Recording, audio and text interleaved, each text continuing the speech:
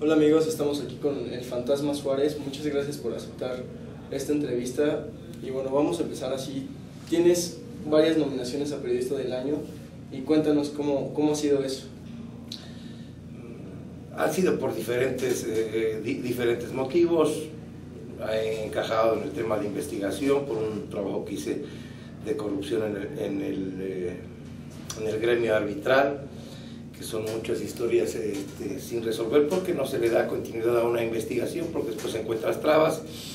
He sido nominado por un trabajo de periodismo de historias de vida con un chico que era portero, que no tenía una pierna. Ahora ese chico se desarrolló como atleta de alto rendimiento y que vivió una vida totalmente normal y que jugaba con gente normal, a pesar de una discapacidad física tan importante como no tener una pierna. He tenido algunas otras nominaciones en reportajes urbanísticos junto con Carla Iberia Sánchez, con Tinoco Guadarrama, con los que trabajé y compartí mucho de esta historia periodística en Televisa durante mucho tiempo. Bueno, ¿y por qué escogiste el periodismo deportivo? Primero porque fui deportista, intenté jugar profesional, de hecho me pagaron un poquito, pero me pagaron por jugar. Milité en Toluca, en Zacatepec, en el Monterrey. No eran los tiempos donde hay una sub-20, sub-17, antes había el equipo titular y las reservas. En Toluca estuve reservas, en Zacatepec llegué a ser tercer portero, en Monterrey igual tercer portero, pero a la par de la carrera de periodismo que la tomé al final. Yo estudié Derecho, y estudié Derecho, aparte porque me gustaban las leyes. Era la única carrera que era afín para poderse dedicar a tratar de ser futbolista. Podías ser un poquito autodidacta, ibas a citábamos, después podías ir a entrenar y podías manejar más o menos tus clases. Cuando ya por una lesión ya no sigo jugando, termino la carrera, me voy a ejercer. La única vez que he ejercido mi profesión como abogado, en 85, en Atlacomulco, de donde soy originario, y después surge la amistad con un amigo que tuve de la prepa, que era productor de televisión. Me dijo: oye, tú que te devorabas los partidos y todos los periódicos, pues, ¿por qué no me ayudas? Yo tengo un programa deportivo y la verdad yo a mí el deporte no se me da mucho. Y es que es una pena que el periodismo deportivo no haya una carrera como tal. La carrera que estoy estudiando, comunicaciones, sí, es la información general, es la historia, pero el deporte en sí no está catalogado como una especialidad, porque eso es de pasión.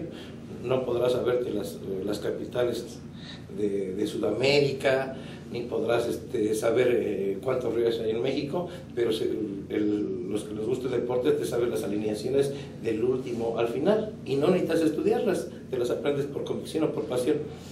Y entonces cuando llegué ahí y le empecé a ayudar a redactar, dije: esto es lo mío, esto es lo que me gusta.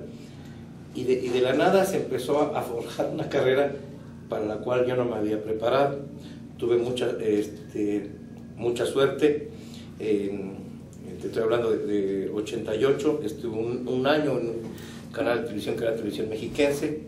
Estuve un poquito menos de un año, gané un concurso porque Imevisión, en aquel tiempo, lo que es ahora Televisión Azteca, realizó un concurso con las televisoras estatales para hacer reportajes. Se me facilitó porque, pues a lo mejor porque conocía un poquito el tema, porque era muy apasionado y porque me gusta alegar. Entonces fui aprendiendo sobre la marcha, algo que no se debe hacer, pero la pasión la tenía, y ahí encontré mi granito.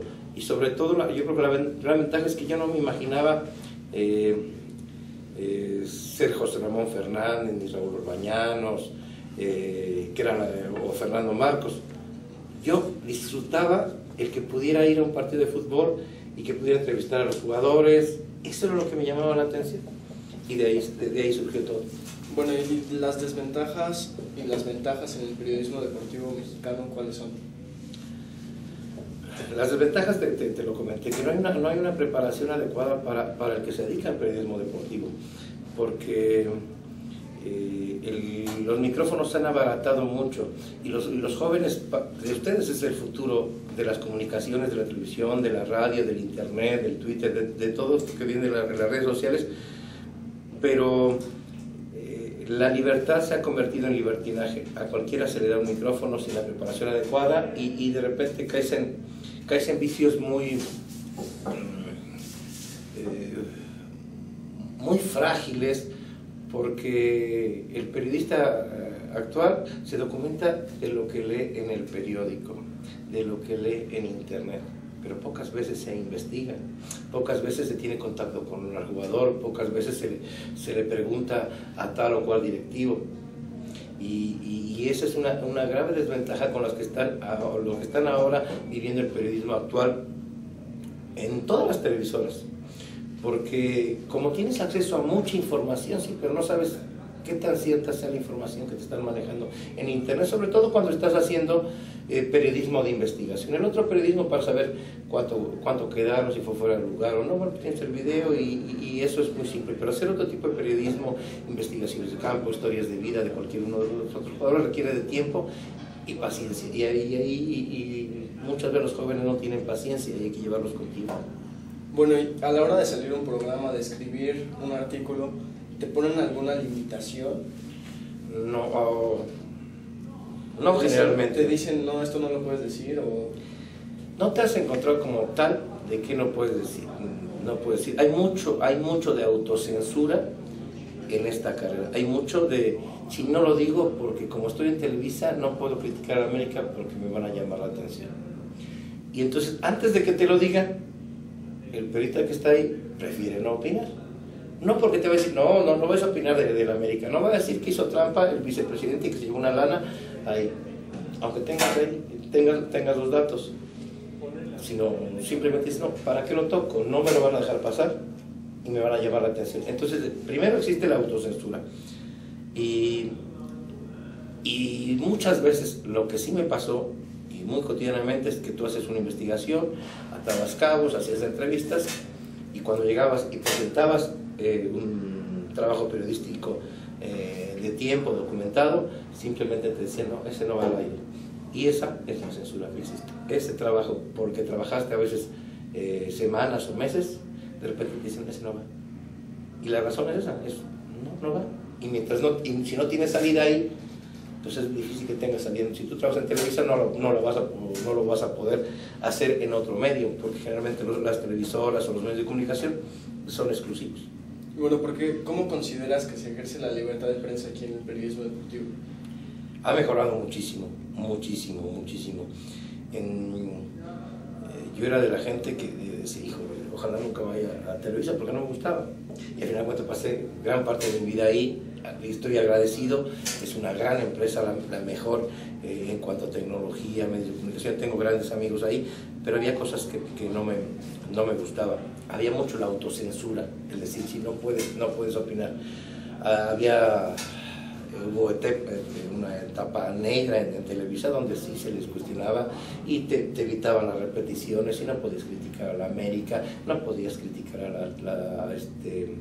a la selección, no podías afectar o hablar ni siquiera de lo elemental, ya no digamos de los negocios o de una multipropiedad, no, de lo más elemental que estoy hablando. No se pudo criticar si fue penal o no.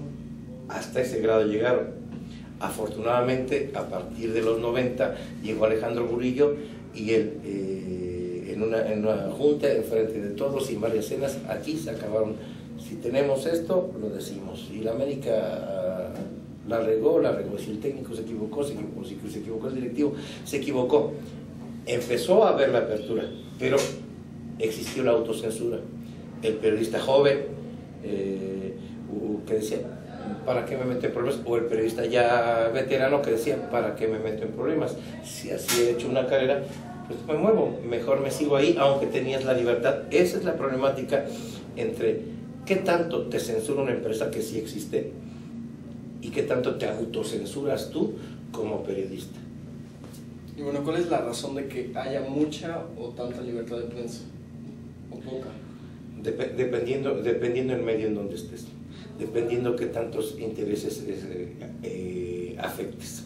El deporte como tal ya es un negocio, llámese Juegos Olímpicos, llámese fútbol, béisbol, el deporte que quieras, el 90% es un negocio. Y si no es negocio, no va a aparecer ni en las pantallas ni en los medios. Los deportes que no son masivos, el atletismo, pues por ahí van a tener unos 30 segunditos, 15 segunditos.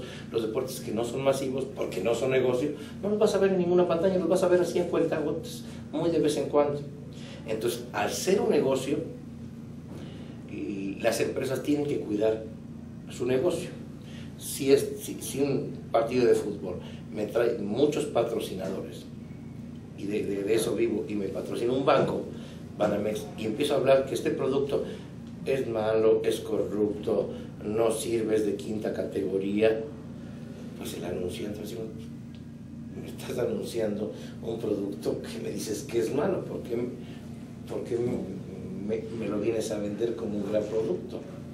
Entonces, en esa confrontación y de intereses, dependiendo del medio en el cual estés, vas a tener mayor o menor libertad de expresarte.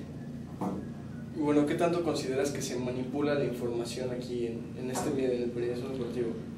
Sí se manipula, sí existe la manipulación de información dependiendo hacia dónde van los intereses de determinado medio. Por ejemplo, si a Televisa, a Televisión Azteca, los está afectando una decisión de José Antonio García, y lo está afectando porque él quiere quitar y está denunciando la corrupción que hay dentro de la federación.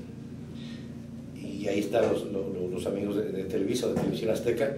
¿Qué es lo que sucede? Empieza la campaña de desprestigio contra el que señala. Y entonces empiezan, lo que te hacen es, a ver, te encargo un reportaje de los errores que cometió y de las tranzas que hizo José Antonio García.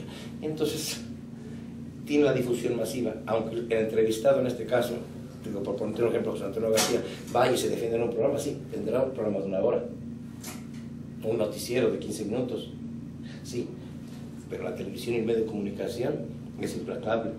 Lo va a sacar hoy, al ratito, en la noche, mañana, pasado, y generalmente en el fútbol la mayoría tiene cola que le pisen. Entonces le empiezan a escarbar y de esa manera presionan las televisoras a determinados entes para que se tranquilicen. Así se ejerce la presión en los medios. Afortunadamente se ha avanzado al abrir más apertura, al haber más televisiones.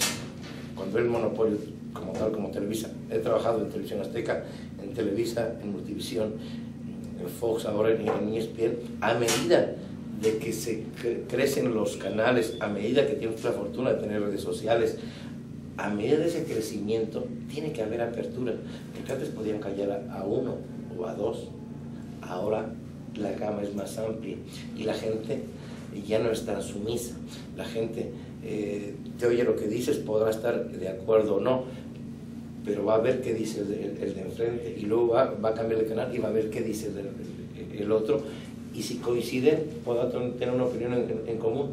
Antes era lo único que te querían enseñar, eso es lo que tenías que comprar.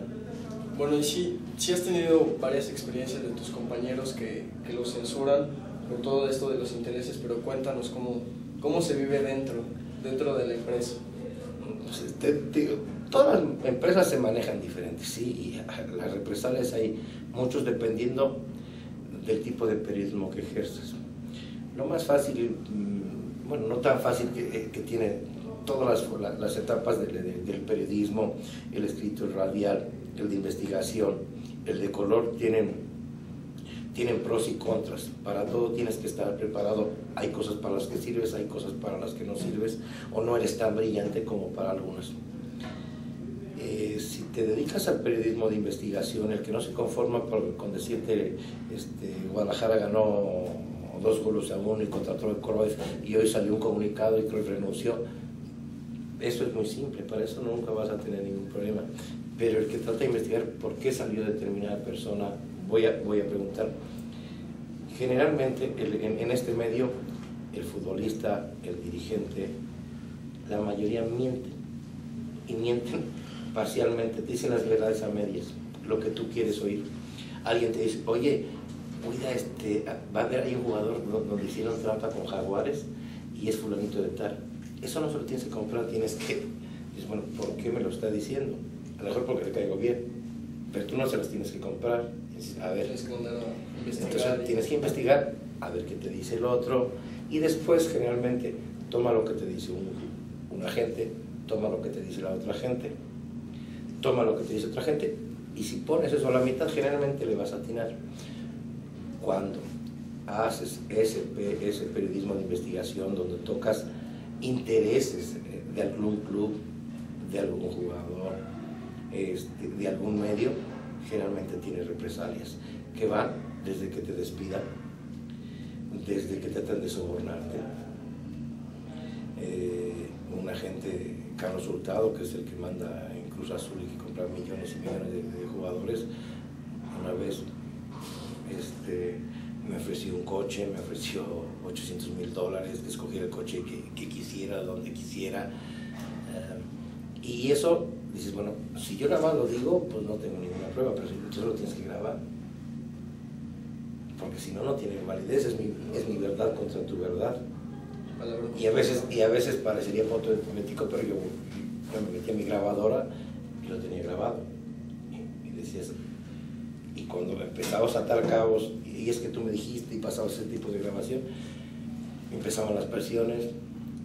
A lo mejor si trabajas en la televisión no hay problema, pero si trabajas en radio, dicen, ¿sabes qué? Ya que él habló con el jefe y dice que mejor le bajes, que ya no toques ese tema, cuando bien te iba.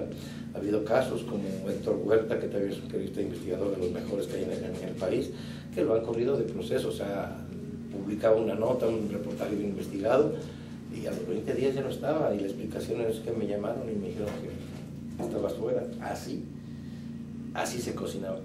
Todavía existe, pero ya es muchísimo menos de lo que era antes. Bueno, ¿y qué consecuencias habría si las empresas no pusieran limitaciones al hablar, al escribir algo? ¿Qué pasaría? No, pues ganas en apertura, ganas en pluralidad. Generalmente, no porque estés en un medio ESPN, Fox, Televisa, Azteca, la gente ha cambiado, la gente se ha vuelto pensante, la gente analiza un poquito más o tiene acceso a más información. A medida que existe esa apertura, las grandes cadenas como Televisa o Azteca, que eran las dominantes y siguen siendo las dominantes porque son televisoras abiertas, en las dominantes, pero les pasó como el cuento de Pedro y el Lobo. Tantas veces manejaron las cosas a su manera que ahora, aunque digan la verdad, la gente no les cree, porque han hecho esfuerzos y hacen buenas cosas, pero la gente ya no les cree, porque dejaron mucho tiempo de hacer las cosas como se debían.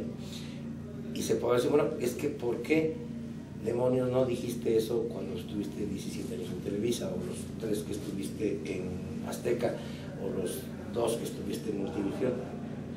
Pues porque no se puede, primero por contrato, hablar en esa. Yo quiero ver si ahora López Dóriga o Alatorre o a alguien de ahí diría, Televisa está manejando mal, quiere a su beneficio la reforma de telecomunicaciones. No lo va a decir, aunque lo sepa. Es un poco de la censura y un poco de lo que no existe. Y si en el deporte existe, no quiero decirte lo que es a nivel de información general y política. Si en el deporte algo que es un vínculo de diversión, de pasión, afectas intereses, imagínate lo que sucede en la política.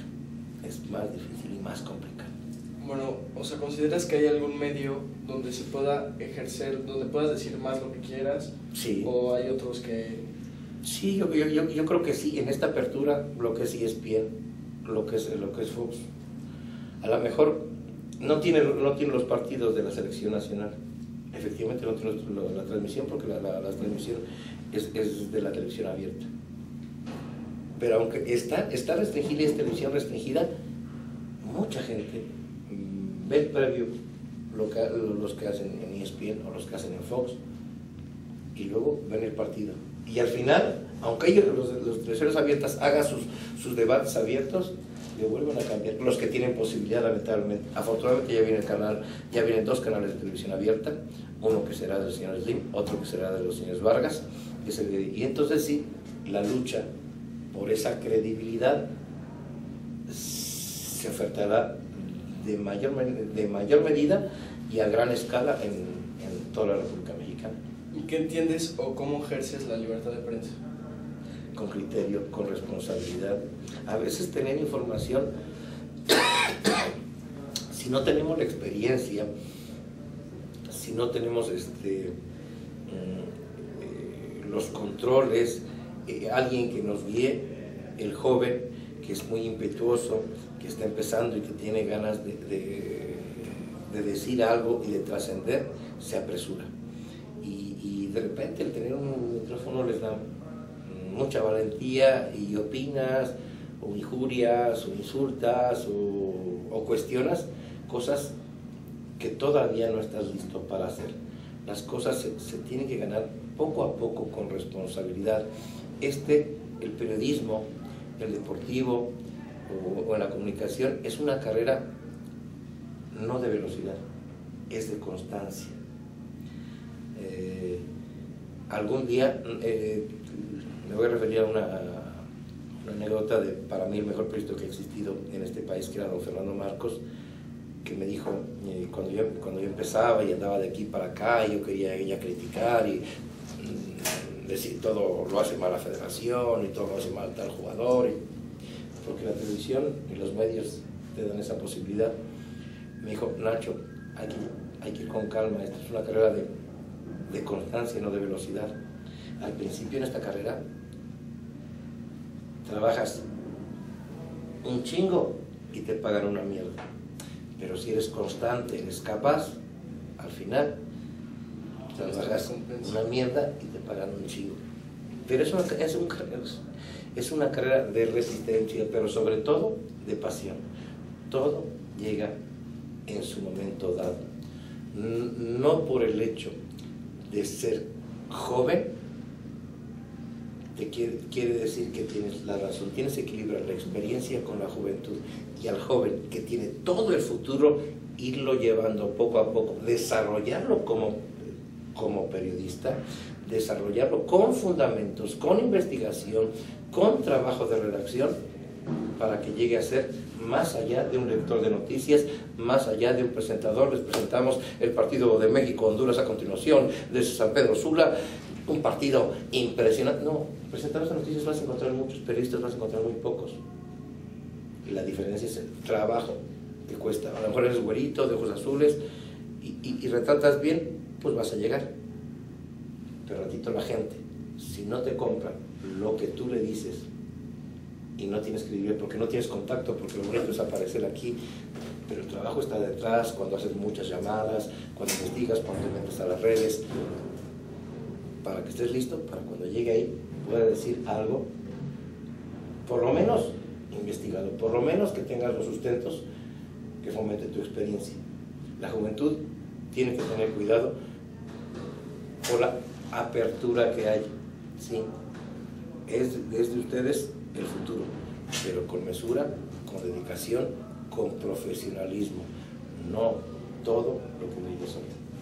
Bueno, y aquí así, añadiéndole estas preguntas, yo desde que, o sea, sigo mucho ESPN, y desde que entraste a ESPN te he seguido la huella, pero has tenido, o sea, tienes siempre investigaciones, entonces siempre las fundamentas, siempre tienes documentos, pero ¿cómo, o sea, de dónde encuentras todas las fuentes para poder sacar esa información y poder criticar al jugador, al técnico, al directivo?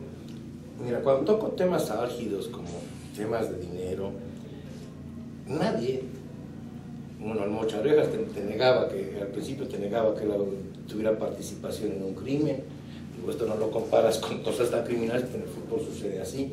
Cuando a alguien le está censurando que incurrió en un error o una trampa, antes de decirlo ahí, antes de atreverte a decir, este fulanito hizo esto, perenganito hizo esto, esto se maneja así, antes ya lo tienes que tener respaldado. Muchas veces alguien que te dice, tienes fuentes que no vas a poder traicionar, pero no porque tu fuente te diga algo, le vas a tener que creer a ciegas. De repente te enteras, no sé, de Iván Alonso o de Sergio Bueno, y dices, oye, ¿qué crees? ¿Cuánto crees que cobraba el portero suplente del Muebla? 400,000 pesos. No, ¿cómo crees? Sí, cobró 400 y no puede ser. Sí, le preguntaba, iba así, le preguntabas a un jugador, oye, sí, tú crees, no manches, yo fui el titular, y le preguntabas, oye, yo cobro la mitad y aquel no juega ningún partido, es porque reparte el dinero. Hay cosas que no vas a poder comprobar, evidentemente, cómo se triangulan, pero hay cosas que sí puedes investigar. Entonces, cuando ya empiezas a presionar, oye, yo para decir eso, pues yo tengo que tener una prueba. No, es que yo pedí al Conejo Pérez. No es cierto, pues yo estaba ahí. A veces, no es cierto. Si él dijo no va por otro, yo se los garantizo. Y fírmenlo. Él nos exigió. Pues, ¿por qué no me dices? No voy a aparecer a quemarme con... Bueno, pues entonces, dame el papelito, pues si no, quedo como mentiroso, ¿no? Entonces, tratas de convencerlo para que te dé una documentación, para que tengas un respaldo, porque no vas a tener un testimonial. Y entonces empiezas a buscar a otro jugador, ya que lo tienes aquí, y dices, oye, ¿ya viste lo que gana fulanito? Se empiezan a enterar que tienes más datos y te empiezan a aportar datos en la investigación. Entonces cuando dices, ¿sabes qué? Este jugador lo trajo a 24, hizo así, es porque ya tienes el respaldo de varias fuentes. ¿Qué es lo que va a pasar? Pues te pueden llegar a decir, no es cierto, pues sí, no tienes sus... Primero no eres policía. Segundo, tú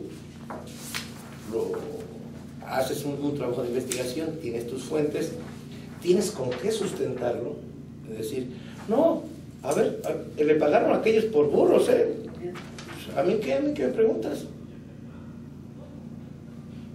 Y es cierto, no se lo puedo comprobar, pero tú me dices que a todos los profesores pagan 1,000 pesos y hay un profesor que nada más da una materia y a ese le pagan 50,000, pues algo raro está sucediendo y no necesito tener un testimonio, no me por qué este así y este así, cuando son lo mismo. Y hay cosas donde tú tienes que forzar a hablar muchas veces por teléfono, convencerlos para que te den un testimonio, porque te den un documento, porque si no, no vale. De palabra muchas veces se cae todo. Bueno, Fantasma, muchas gracias por esta entrevista, te lo agradecemos mucho y hasta luego.